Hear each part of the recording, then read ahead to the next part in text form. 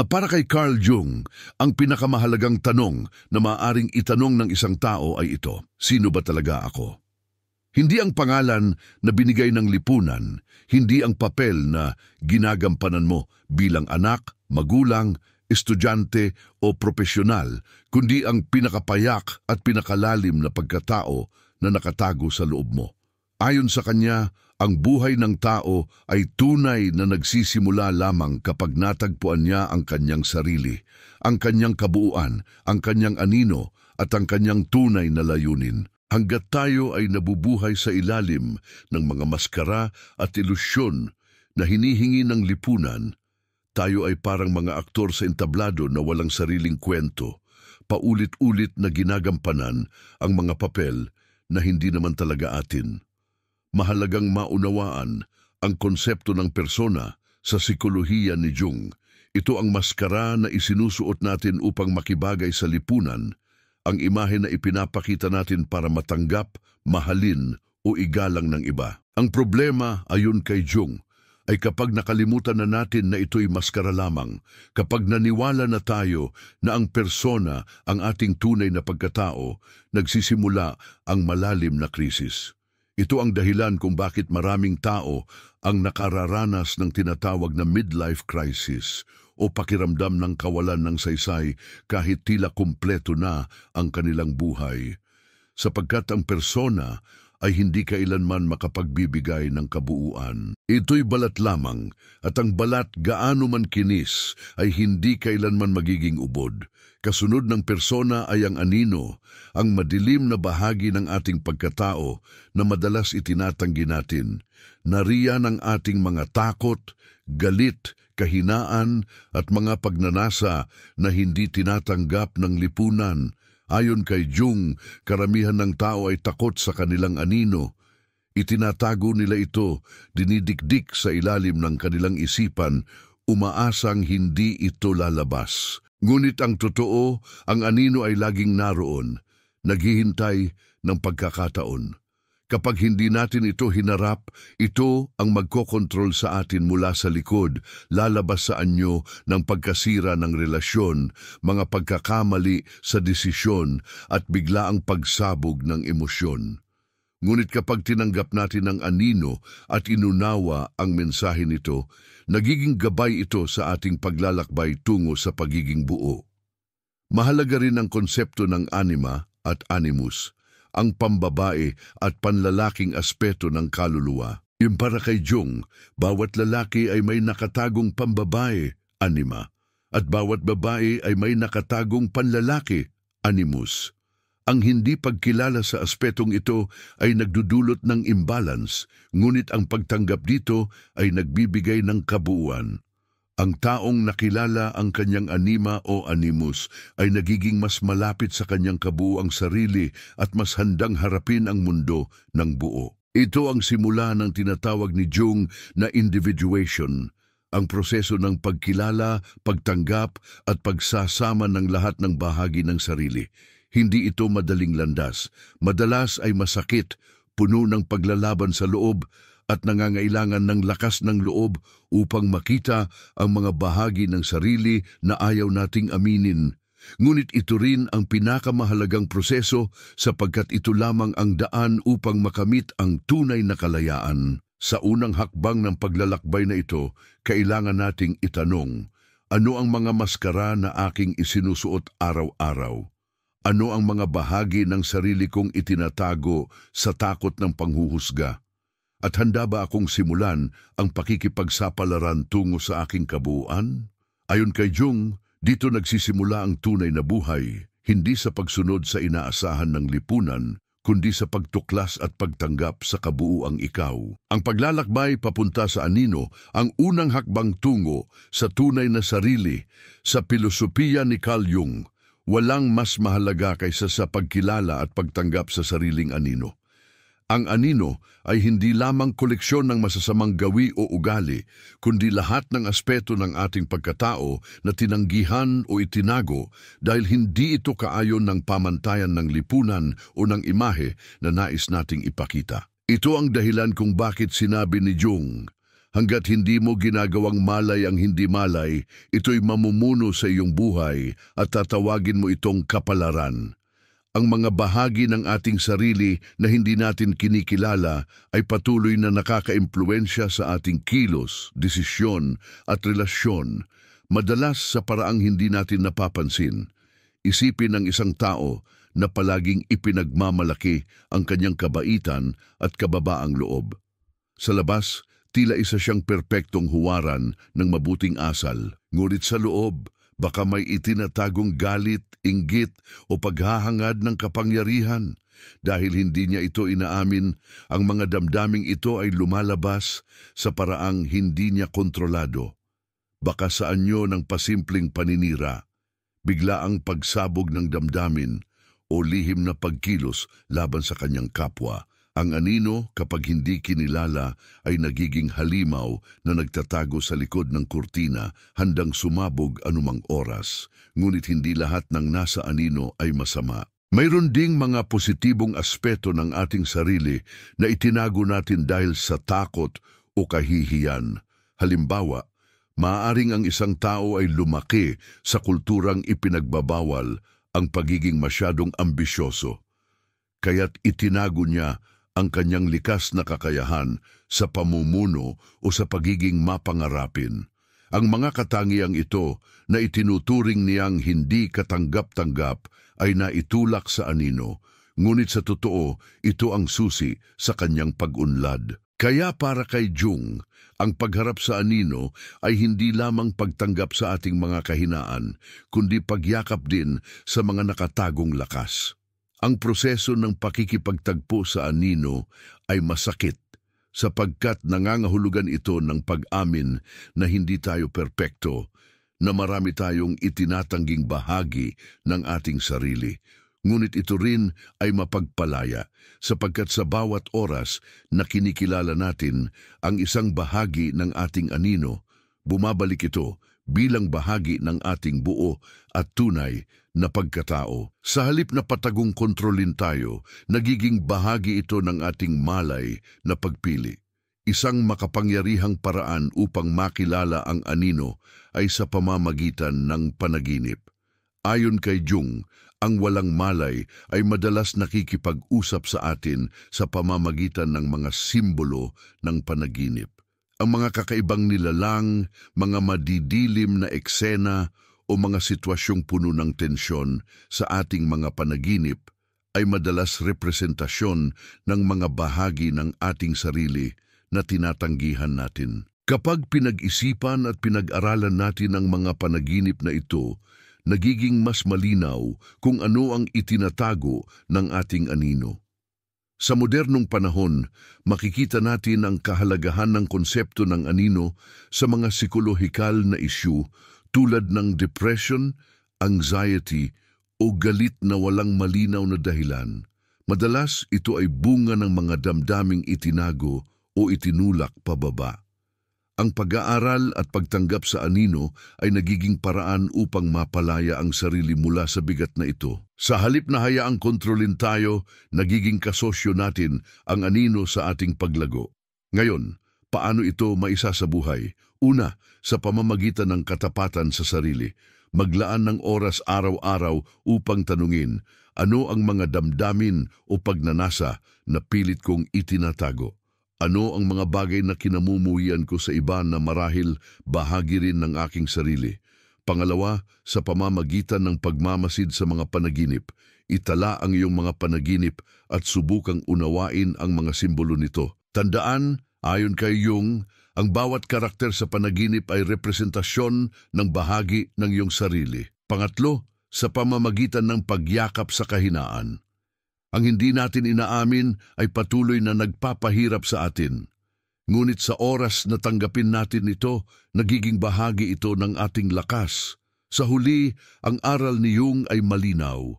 Hindi natin makakamtan ang ating tunay na sarili hanggat hindi natin kinikilala ang ating anino, sapagkat sa pagyakap sa madilim, natatagpuan natin ang liwanag. At sa susunod na bahagi, tatalakayin natin ang anima at animus, ang panloob na pambabae at panlalaking aspeto ng ating kaluluwa. at kung bakit ito'y mahalagang bahagi ng ating pagiging buo. Anima at animus, ang panloob na balanse ng kaluluwa. Sa pilosopiya ni Carl Jung, hindi sapat ang pagkilala sa persona at sa anino. Ang mas malalim na bahagi ng ating kaluluwa ay nakatali rin sa tinatawag niyang anima at animus. Ang dalawang puwersang ito ay hindi simpleng simbolo lamang, kundi mga haligi ng ating pagiging buo. Ayon kay Jung, ang bawat lalaki ay may nakatagong pambabae sa kanyang kaluluwa, ang anima, at ang bawat babae ay may nakatagong panlalaki, ang animus. Ang hindi pagkilala at pagtanggap sa mga ito ay nagbubunga ng imbalance, ngunit ang pagyakap dito ay nagbibigay ng malalim na balanse at kabuuan sa ating pag-iral. Para kay Jung, ang anima ay kumakatawan sa lahat ng pambabaeng aspeto sa loob ng isang lalaki. Emosyon, intuisyon, pagkamalikhain, at kakayahang kumonekta sa iba. Ang lalaking kumikilala at yumayakap sa kanyang anima ay hindi nagiging mahina, kundi mas buo. Sapagkat sa pagtanggap sa kanyang emosyon at intuisyon, mas nagiging makatao at mas nakakaunawa siya ng iba. Ang lalaking hindi kinikilala ang kanyang anima ay madalas nagiging malamig, makitid ang isip o masyadong nakatuon sa kapangyarihan at lohika. Ngunit ang lalaking natutong yakapin ang kanyang panloob na pambabae ay nagiging mas malikhain, mas malapit sa sarili at mas may kakayahang magmahal. Sa kabilang dako, ang animus ay sumasagisag sa lahat ng palalaking aspeto sa loob ng isang babae. Lohika, lakas ng loob, kakayahang magpasiya at kapangyarihang magtaguyod ng sarili. Ang babaeng nakikilala ang kanyang animus ay nagiging buo, sapagkat hindi na siya nakatali lamang sa emosyon at intuisyon. Siya ay nagiging mas matatag, mas may kumpiyansa, at mas handang humarap sa mga hamon ng buhay. Ngunit ang babaeng tumatanggi sa kanyang animus ay madalas nagiging labis na sensitibo o umaasa sa iba para sa direksyon. Sa pagtanggap sa kanyang panloob na panlalaki, nagiging balanse ang kanyang lakas at lambing, tapang at malasakit. Ang kahalagahan ng anima at animus ay makikita sa paraan ng ating mga relasyon. Madalas, ang ating atraksyon sa iba ay refleksyon ng mga aspetong hindi natin tinatanggap sa ating sarili. Ang isang lalaki, halimbawa, ay maaring mahulog sa isang babaeng puno ng emosyon at intuisyon sapagkat ito ang nawawala sa kanya. Ngunit kung hindi niya kikilalanin ang kanyang sariling anima, magiging dependent siya sa babae upang punan ang kanyang kakulangan. Ang ganitong relasyon ay nagiging hindi balanse at madalas ay nauuwi sa sakit. Ngunit kapag natutunan ng lalaki na tanggapin ang kanyang anima, hindi na siya umaasa sa babae upang buuin siya. Bagkus, nakikihalubilo siya ng buo at may respeto. Sa modernong panahon, malinaw ang kahalagahan ng prinsipyong ito. Ang mga krisis sa relasyon, kawalan ng direksyon at pagkakasalungatan sa sarili ay madalas nagmumula sa hindi pagkilala sa anima at animus. Ang taong marunong balansehin ang dalawang puwersang ito ay nagiging mas buo, mas matatag at mas may kakayahang makipag-ugnayan ng totoo. Ngayon, paano ito maisasabuhay? Una, sa pamamagitan ng pagmamasid sa sariling reaksyon. Tanungin ang sarili, ano ang mga katangiang hinahangaan ko o kinaiinisan ko sa kabaligtad na kasarian? Madalas, ito ay refleksyon ng aking hindi pa kinikilalang anima o animus. Pangalawa, sa pamamagitan ng pagyakap sa kabaligtad na enerhiya. Ang lalaki ay dapat matutong pahalagahan ang kanyang emosyon at intuisyon at ang babae ay dapat matutong pahalagahan ang kanyang lakas ng loob at lohika. Pangatlo, sa pamamagitan ng pagbalanse sa relasyon. Sa halip na gamitin ang relasyon upang punan ang kakulangan sa sarili, gamitin ito upang palakasin ang buo ng pagkatao. Sa huli, ang aral ni Jung ay malinaw. Ang pagtanggap sa anima at animus ay susi sa kabuuan. Ang taong kumikilala sa dalawang puwersang ito ay hindi natitinag ng imbalance ng lipunan. Siya ay nagiging buo, malaya at handang harapin ang buhay ng may tapang at malasakit. At sa susunod na bahagi, tatalakayin natin ang individuation, ang proseso ng kabuuang pagkilala at pagsasama ng lahat ng bahagi ng sarili at kung bakit ito ang sentral na landas tungo sa tunay na kalayaan ayon kay Carl Jung. Individuation, ang landas patungo sa kabuuan ng sarili. Sa puso ng pilosopiya ni Carl Jung, naroroon ang pinakamahalaga at pinakamahirap na konsepto, individuation.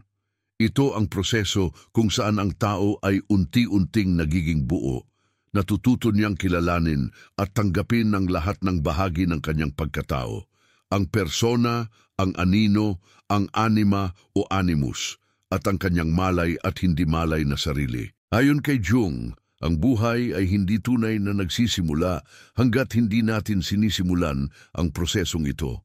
Sapagkat ang taong hindi naglalakbay patungo sa individuation ay nananatiling bihag ng ilusyon, ng mga maskara at ng mga puwersang hindi niya kontrolado. Ang individuation ay hindi simpleng pagtanggap lamang ng sarili. Ito ay malalim na paglalakbay na nangangailangan ng lakas ng loob at disiplina. Una, kailangang kilalanin ng persona ang maskara na ating isinusuot upang makibagay sa lipunan. Mahalaga ito, ngunit hindi ito ang ating tunay na pagkatao. Kapag sobra tayong nakatali sa persona, nawawala ang ating sariling boses. Ikalawa, kailangang harapin ang anino.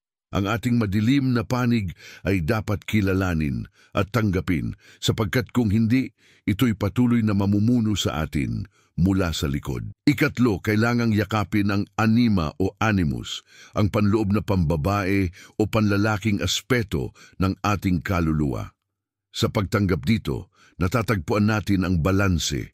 At sa huli, kailangang pagsamahin ang lahat ng ito upang matuklasan ang ating sariling kabuuan, ang self.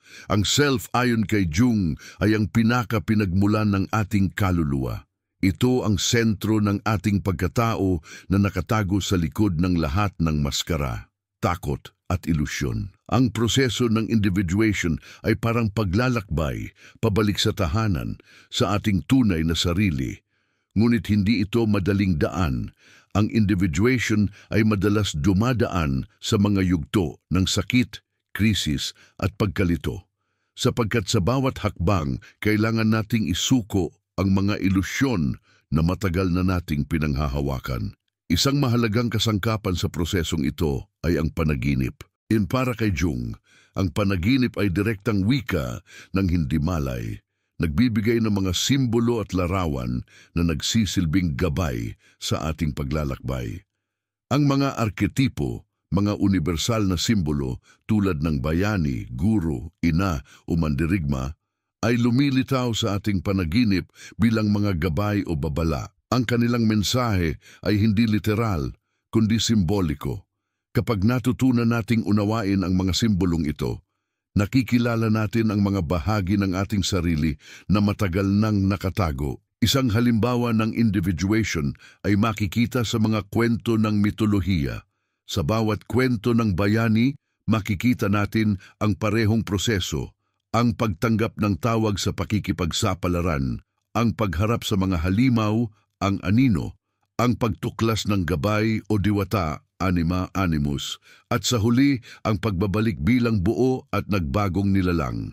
Ayon kay Jung, ang mga kwentong ito ay hindi lamang katang-isip, kundi larawan ng ating panloob na paglalakbay tungo sa kabuuan. Sa modernong panahon, makikita natin ang kahalagahan ng individuation sa mga taong dumaraan sa midlife crisis.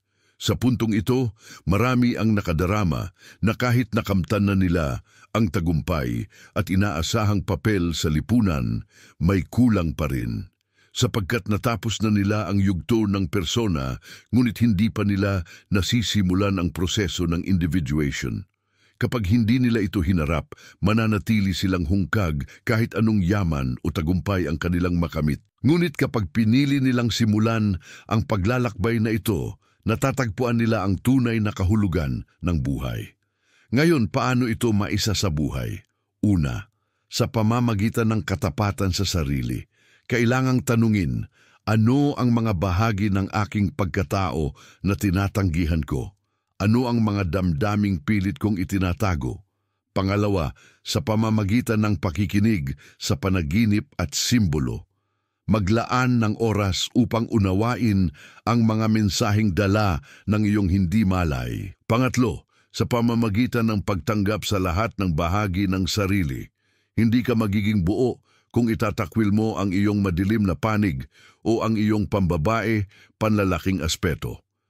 Lahat ito ay kailangang kilalanin at pag-isahin. Sa huli, ang aral ni Jung ay ito. Ang individuation ay daan tungo sa tunay na kalayaan at kahulugan ng buhay.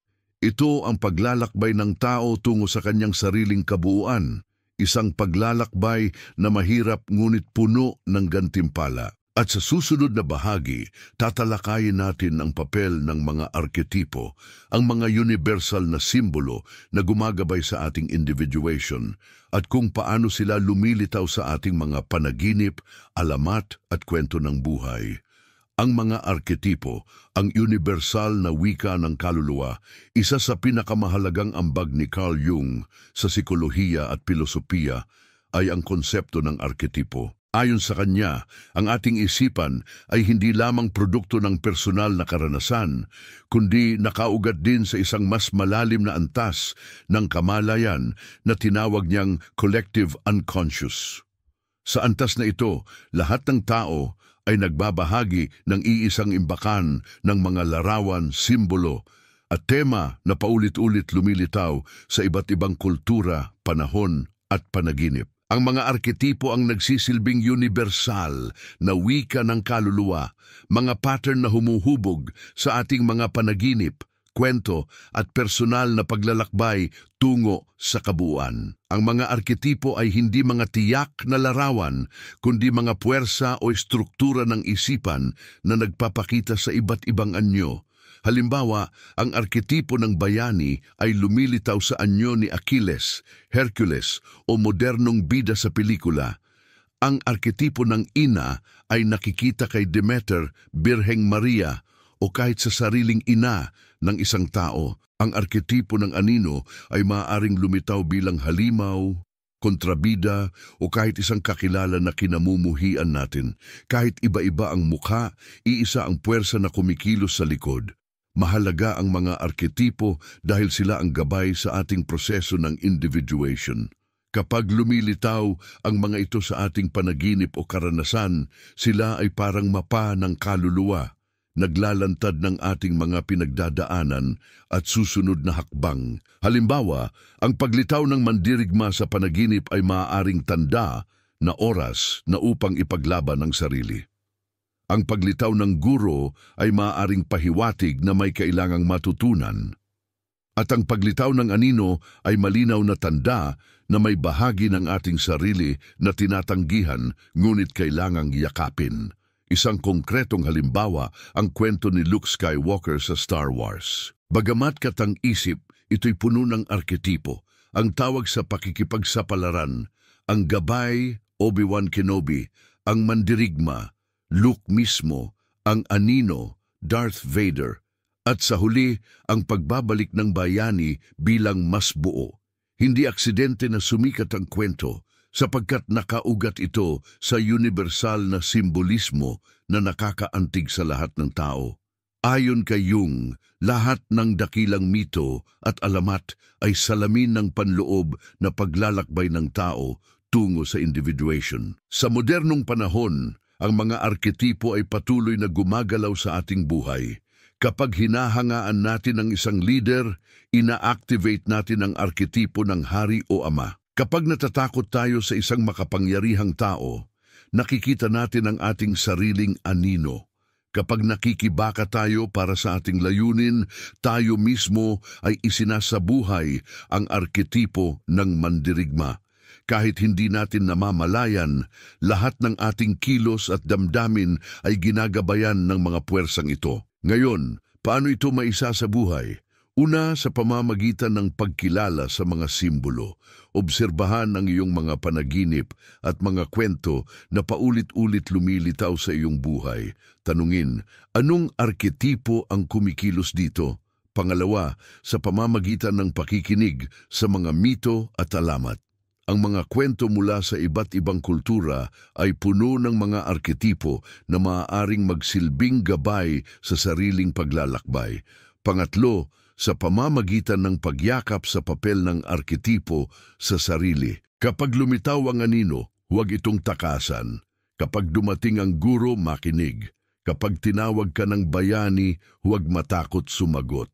Sa huli, ang aral ni Jung ay ito. Ang mga arketipo ay hindi simpleng alamat, kundi salamin ng ating sariling kaluluwa. Ang taong marunong kumilala sa kanilang presensya ay may hawak ng mapa ng kanyang espiritual na landas. At sa susunod na bahagi, tatalakayin natin ang papel ng mga panaginip bilang susi sa pakikipag-ugnayan sa mga arketipo at sa hindi malay.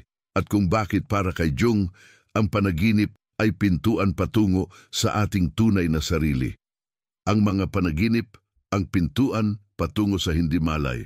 Para kay Carl Jung, ang panaginip ay hindi lamang random na larawan ng utak na walang kabuluhan.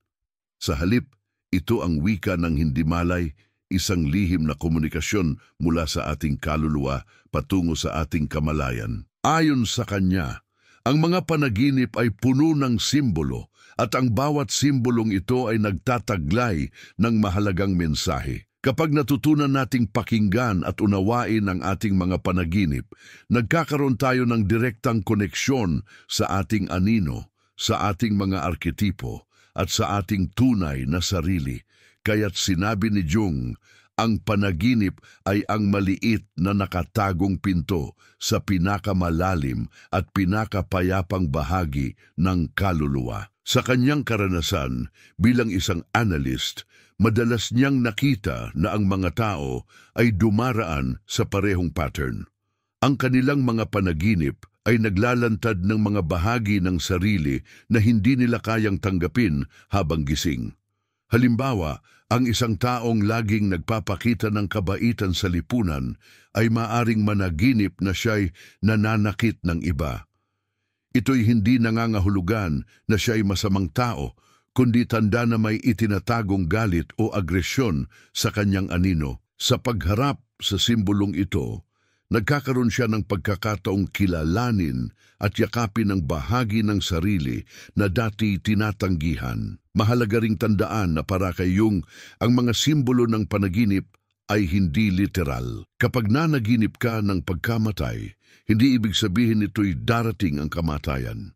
Sa halip, maaaring ito'y simbolo ng pagtatapos ng isang yugto ng iyong buhay, isang relasyon, trabaho o pananaw, at simula ng bago. Ang tubig, madalas, ay kumakatawan sa hindi malay. Ang bahay ay maaaring sumisimbolo sa iyong sarili. Ang paglalakbay ay tanda ng pag-usad sa iyong panloob na landas. Ang bawat detalye ay may kahulugan, ngunit kailangang unawain sa konteksto ng iyong sariling buhay.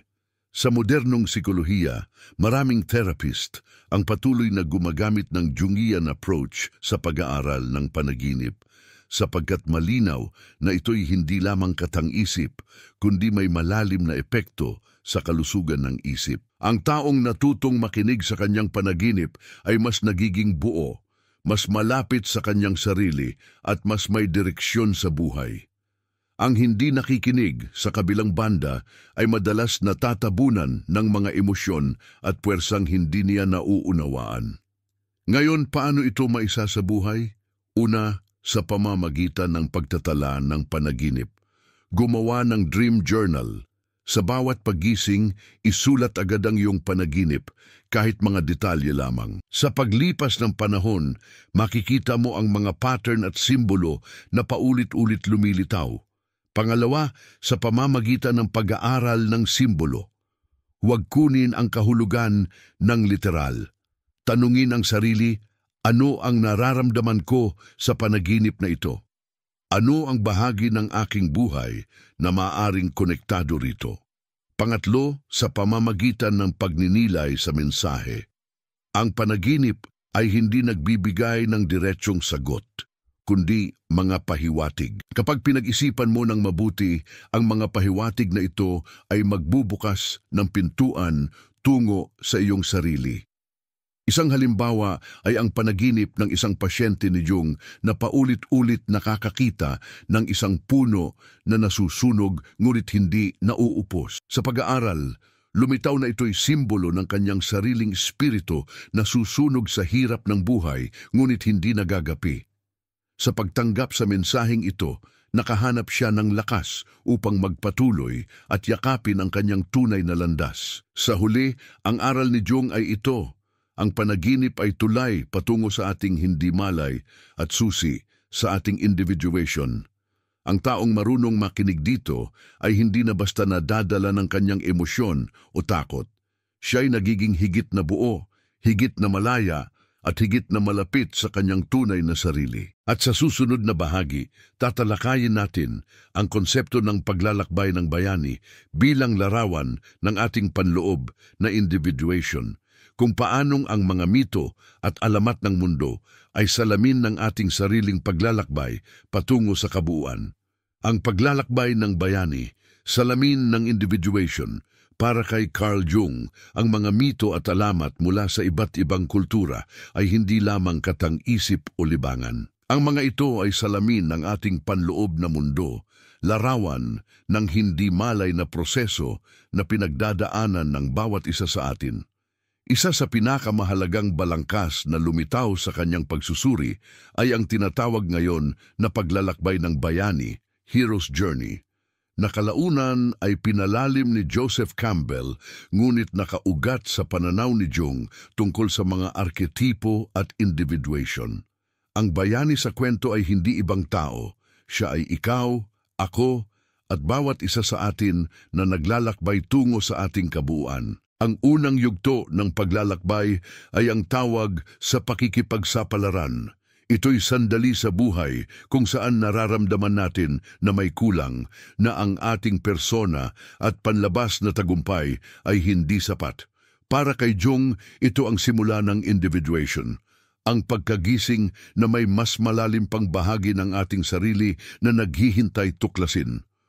Maraming tao ang tumatanggi sa tawag na ito dahil sa takot. Mas madali kasing manatili sa ligtas at pamilyar. Ngunit ang bayani, kahit puno ng pangamba, ay tumutugon sa tawag. Kasunod nito, lumilitaw ang gabay, isang arketipo na nagbibigay ng direksyon at lakas. Sa mga alamat, maaaring ito'y isang matandang pantas, isang diwata o isang mahiwagang nilalang. Sa buhay natin, maaaring ito'y isang guro, isang aklat o kahit panaginip na nagbibigay ng mahalagang mensahe. Ang gabay ay refleksyon ng ating sariling mas mataas na karunungan na nagtutulak sa atin pasulong. Ngunit hindi nagtatagal at haharap tayo sa anino. Ang halimaw na tinatalo ng bayani ay simbolo ng ating sariling madilim na bahagi, ang mga takot, galit at kahinaan na kailangan nating yakapin upang maging buo. Para kay Jung, ito ang pinakamahirap at pinakamahalagang yugto ng individuation. Kapag tinakasan natin ang anino, mananatili tayong bihag ng ilusyon.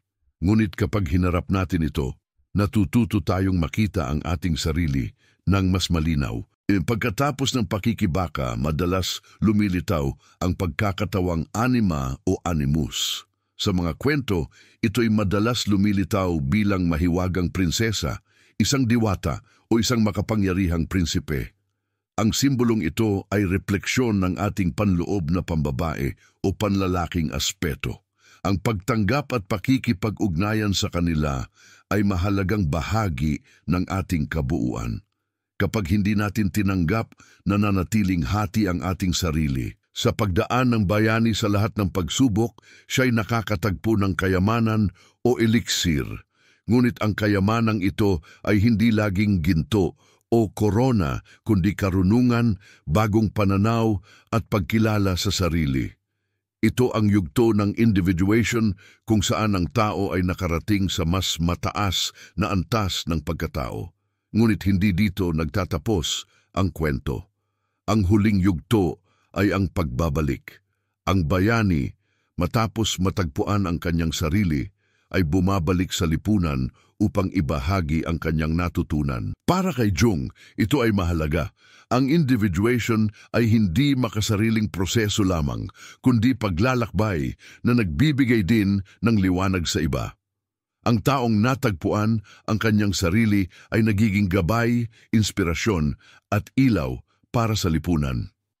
Makikita natin ang balangkas na ito sa lahat ng dakilang kwento, mula sa mitolohiya ni Hercules hanggang sa modernong pelikula tulad ng The Matrix at Star Wars. Ngunit higit sa lahat, makikita natin ito sa ating sariling buhay. Sa bawat krisis, hamon at pagsubok, tayo ay tinatawag tungo sa ating sariling paglalakbay bilang bayani. Ang tanong lamang, tutugon ba tayo o mananatiling bihag ng ating persona? Ngayon, paano ito maisasabuhay? Una, sa pamamagitan ng pagkilala sa tawag. Kapag nararamdaman mong may kulang sa buhay mo, huwag itong takasan. Ito'y tawag tungo sa mas malalim na bahagi ng iyong sarili. Pangalawa, sa pamamagitan ng pagtanggap sa mga gabay. Pakinggan ang mga mensahe mula sa mga tao, aklat o panaginip na dumarating sa iyong buhay. Pangatlo, sa pamamagitan ng pagharap sa anino. Huwag matakot sa iyong madilim na bahagi. Sa halip, kilalanin ito bilang bahagi ng iyong kaluluwa. Sa huli, ang aral ni Jung ay ito.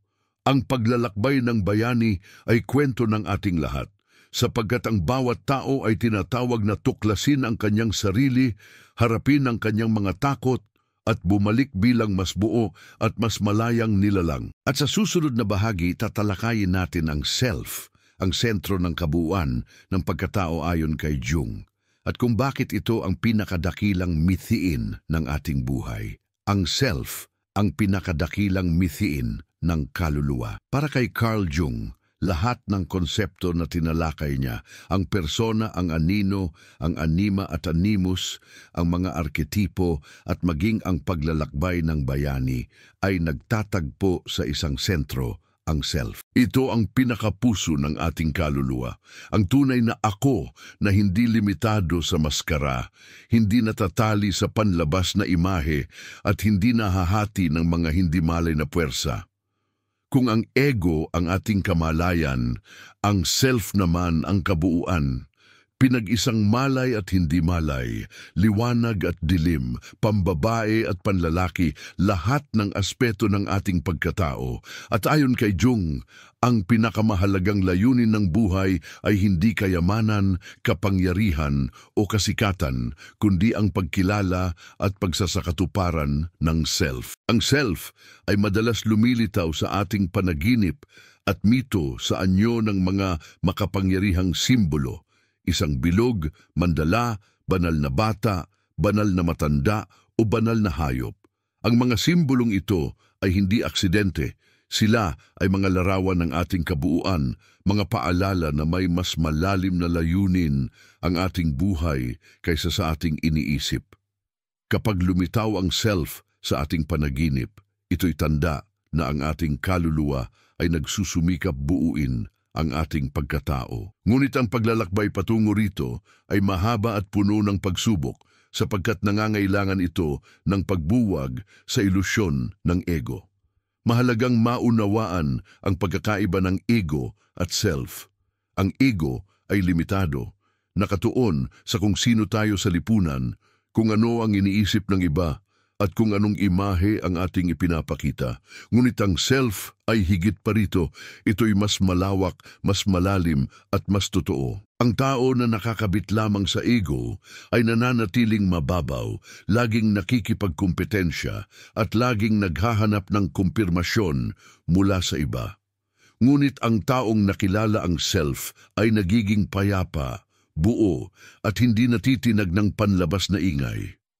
Isang magandang halimbawa nito ay makikita sa simbolismo ng mandala. na madalas iguhit ng mga pasyente ni Jung sa kanilang therapy nang hindi nila namamalayan. Ang mandala, isang bilog na may simetriya at sentro, ay larawan ng self. Para kay Jung, ang pagguhit ng mandala ay paraan ng kaluluwa upang ipakita ang kanyang paghahangad sa balanse at kabuuan. Sa mga kultura ng silangan tulad ng Buddhism at Hinduism, ang mandala ay ginagamit din bilang simbolo ng espiritual na kaliwanagan. Ito ang patunay na ang self ay hindi lamang ideya ng isang tao, kundi universal na katotohanan na matagal nang nakilala ng iba't ibang tradisyon. Sa modernong buhay, malinaw ang pagkakaiba ng taong umiikot lamang sa ego at ng taong nagsisikap makilala ang self. Ang unang uri ay laging nakatali sa social media, sa paghahabol ng likes, sa pag-aalaga ng imahe. Ngunit gaano man karami ang tagumpay, lagi siyang may kulang. Ang ikalawa ay tahimik ngunit buo. Hindi siya apektado ng opinyon ng iba sapagkat ang kanyang halaga ay nakaugat sa kanyang sariling kabuuan. Siya'y malaya sapagkat natagpuan niya ang kanyang self. Ngayon, paano ito maisasabuhay? Una, sa pamamagitan ng pagpapakumbaba, kailangan nating tanggapin na ang ego ay hindi ang buong tayo. Ito'y bahagi lamang ng mas malaking kabuuan. Pangalawa, sa pamamagitan ng pakikinig sa mga simbolo. Kapag may mga larawan, panaginip o karanasan na paulit-ulit lumilitaw, pakinggan ito. Baka ito'y mensahe ng self. Pangatlo, sa pamamagitan ng pagninilay at pagmumuni. Ang paglapit sa self ay hindi tungkol sa paggawa ng ingay, kundi sa pakikinig sa katahimikan. Sa huli, ang aral ni Jung ay ito. Ang buhay ay nagsisimula lamang kapag natagpuan natin ang ating self. Sapagkat dito lamang tayo nagiging buo, dito lamang natin natatagpuan ang tunay na kalayaan at dito lamang natin natutuklasan ang ating layunin. At sa susunod na bahagi, tatalakayin natin ang layunin ng buhay ayon kay Jung, kung paanong ang pagkilala sa self ay nagbubukas ng pintuan patungo sa ating natatanging misyon at kahulugan ng pag-iral. Ang layunin ng buhay, pagtuklas sa misyon ng kaluluwa. Para kay Carl Jung, hindi aksidente ang ating pag-iral. Ang bawat tao ay may natatanging landas na tatahakin, isang misyon na hindi pwedeng kopyahin ng iba. Ngunit ang layunin ng buhay ay hindi basta ibinubulong ng lipunan o itinatalaga ng pamilya. Ito'y natutuklasan lamang kapag nakilala natin ang ating self. Sa kanyang pananaw, ang pagtuklas sa sariling layunin ay hindi mabilis na proseso, kundi bunga ng paglalakbay sa individuation. Sapagkat paano mo matatagpuan ang tunay mong misyon kung hindi mo pa nakikilala ang tunay mong sarili? Hanggat nabubuhay ka sa ilalim ng persona, sa mga maskara at ilusyon ng lipunan, mananatili kang bihag ng inaasahan ng iba at hindi mo kailanman mararamdaman ang kapayapaan. Ang layunin ng buhay ayon kay Jung ay hindi nakabatay sa material na tagumpay o panlabas na papuri. Bagamat maaaring bahagi ng ating landas ang propesyon, relasyon o kontribusyon sa lipunan, ang pinakaugat nito ay nasa ating kaluluwa. Sa bawat tao ay may tinig na nagtatawag, isang uri ng inner voice na nagsasabi kung saan ka dapat patungo. Ngunit ang tinig na ito ay madalas natatabunan ng ingay ng mundo, ang mga opinyon ng iba, ang pangangailangan ng pera at ang takot sa pagkabigo. Ang matalinong tao, ayon kay Jung, ay natututo munang pakinggan ang kanyang panloob bago sundin ang labas. Makikita natin ito sa mga panaginip at simbolo na paulit-ulit lumilitaw. Ang mga ito'y madalas pahiwatig ng ating kaluluwa tungkol sa ating misyon. Halimbawa, isang taong laging nananaginip ng tubig ay maaaring tinatawag tungo sa mas malalim na pagninilay o espiritual na gawain. Ang isang taong paulit-ulit nakakakita ng apoy ay maaaring tinatawag upang lumikha at magbigay liwanag. Ang mga simbolo ay hindi aksidente, sila'y gabay. At kapag binigyang pansin, natutulungan nila tayong makita ang ating layunin. Sa modernong panahon, malinaw ang epekto ng kawalan ng layunin. Maraming tao ang nagtatagumpay sa kanilang propesyon, nakakaipon ng kayamanan, ngunit nananatiling hungkag at hindi kontento. Sapagkat hindi nila natagpuan ang kanilang self, kaya't hindi rin nila natuklasan ang kanilang tunay na misyon. Ang iba naman, kahit simpleng buhay ang pinili, ay puno ng kaligayahan at kapayapaan, sapagkat natutunan nilang pakinggan ang kanilang panloob na tinig. Ngayon, paano ito maisasabuhay? Una, sa pamamagitan ng pagninilay. Maglaan ng oras sa katahimikan upang tanungin ang sarili, ano ang nagbibigay sa akin ng tunay na kasiyahan? Ano ang ginagawa ko na kahit walang gantimpala ay handa kong gawin? Pangalawa, sa pamamagitan ng pakikinig sa mga panaginip at simbolo. Ang kaluluwa ay laging nakikipag-usap. Kailangan lamang natin itong pakinggan. Pangatlo, sa pamamagitan ng pagyakap sa sariling landas. Huwag ikumpara ang iyong buhay sa iba. Ang kanilang layunin ay kanila at ang sayo ay natatangi. Kapag sinubukan mong tularan ng iba, mawawala ka sa sariling daan. Ngunit kapag tinanggap mo ang iyong misyon, gaano man ito kaliit o kalaki, makakamtan mo ang tunay na kalayaan. Isang makapangyarihang halimbawa ay si Jung mismo. Sa halip na sundan ang landas ng kanyang mga kasabayan na nagtuon lamang sa lohika at siyentipikong pagsisiyasat, pinili niyang tahakin ang mas mapanganib na landas ng pag-aaral sa hindi malay, panaginip at espiritual na dimensyon. Marami ang tumutol at tumawag sa kanya na baliw. Ngunit sa pagpili niyang sundin ang kanyang tinig, nakalikha siya ng isang pilosopiya na patuloy na nagbibigay liwanag hanggang ngayon. Sa huli, ang aral ni Jung ay ito. Ang buhay ay nagsisimula lamang kapag natagpuan mo ang iyong sarili at sa pagkakakilala na iyon, natatagpuan mo rin ang iyong layunin. Ang taong nakatuklas ng kanyang misyon ay hindi na nadadala ng ingay ng lipunan. Siya'y buo, malaya at nakatayo sa matibay na pundasyon ng kanyang sariling kaluluwa. At sa susunod na bahagi, tatalakayin natin ang huling hakbang, ang buhay na buo, kung paanong ang taong natagpuan ng kanyang self at layunin ay namumuhay sa kapayapaan, kalayaan at kahulugan anuman ang hamon ng mundo. Ang buhay na buo, ang pagsasabuhay ng sarili. Para kay Carl Jung, ang pinakamataas na mithiin ng tao ay hindi pagiging perpekto, kundi pagiging buo. Ang ibig sabihin ng pagiging buo ay hindi ang pagkawala ng lahat ng kahinaan, kundi ang pagtanggap at integrasyon ng lahat ng aspeto ng ating pagkatao, mabuti man o masama, liwanag man o dilim. Sa oras na yakapin natin ang ating persona bilang maskara lamang, harapin ang ating anino, yakapin ang ating anima o animus, makipag-ugnayan sa ating mga arketipo, pakinggan ang ating mga panaginip, at matuklasan ang ating self, doon lamang natin masasabi na tayo ay namumuhay ng buo. At sa pamumuhay na ito nararanasan natin ang tunay na kapayapaan at kalayaan na hindi kayang ibigay ng lipunan. Ang taong buo ay hindi na bihag ng opinyon ng iba. Hindi na niya kailangang patunayan ng kanyang halaga sa pamamagitan ng kayamanan, kapangyarihan o kasikatan.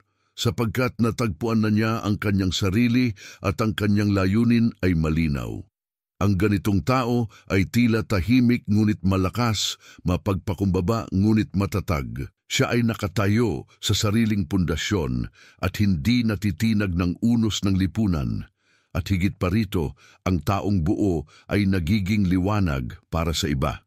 Hindi siya nagtuturo sa pamamagitan ng pananalita lamang, kundi sa pamamagitan ng kanyang presensya. Makikita natin ito sa mga dakilang tao ng kasaysayan. Ang kanilang lakas ay hindi nanggaling sa panlabas na yaman, kundi sa panloob na kabuuan. Ang isang lider na buo ay nagiging makatarungan sapagkat hindi siya pinamumunuan ng kanyang anino. Ang isang guro na buo ay nagiging inspirasyon sapagkat natagpuan niya ang kanyang sariling karunungan. Ang isang artista na buo ay nakalilikha ng sining na tumatago sa kaluluwa sapagkat nakarating siya sa kanyang sariling ubod.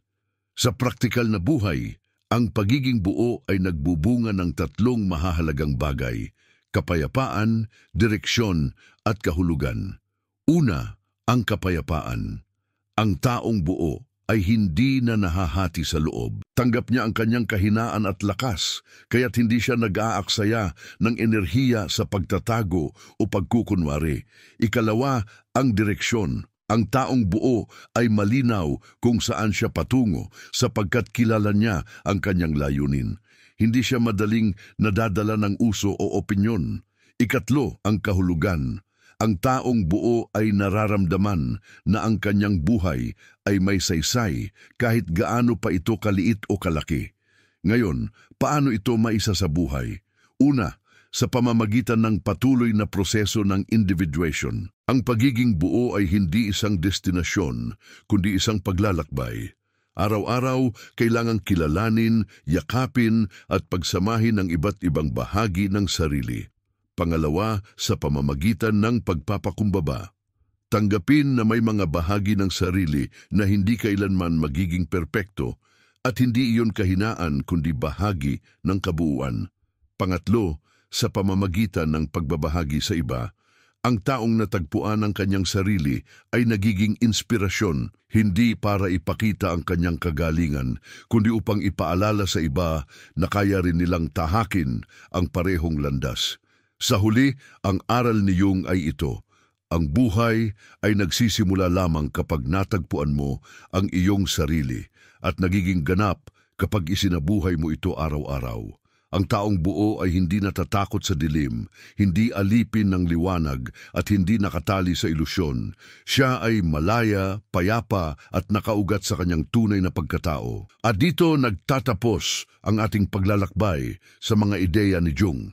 Ngunit bago tuluyang isara, sa konklusyon ating titipunin ang lahat ng aral upang malinaw na maipakita kung paano ang pagtanggap sa anino at pagkilala sa self ay nagiging pintuan tungo sa pinakadakilang kayamanan ng tao, ang tunay na layunin at kalayaan ng kaluluwa. Sa paglalakbay na ito kasama si Carl Jung, natutunan natin ang isang katotohanang kay tagal nating hinahanap sa labas, ngunit matagal nang nakatago sa loob. Ang buhay ay tunay na nagsisimula lamang kapag natagpuan mo ang iyong sarili. Hindi sa persona na ipinapakita natin upang magustuhan ng lipunan, hindi sa mga ilusyon ng tagumpay at kasikatan, kundi sa mismong ubod ng ating pagkatao, ang self. Nakita natin kung paano gumagana ang persona bilang maskara, kung paano ang anino ay nagtatago ng mga katotohanan na ayaw nating aminin, kung paano ang anima at animus ay nagdadala ng balanse, at kung paanong ang mga arketipo at panaginip ay nagsisilbing lihim na wika ng ating kaluluwa.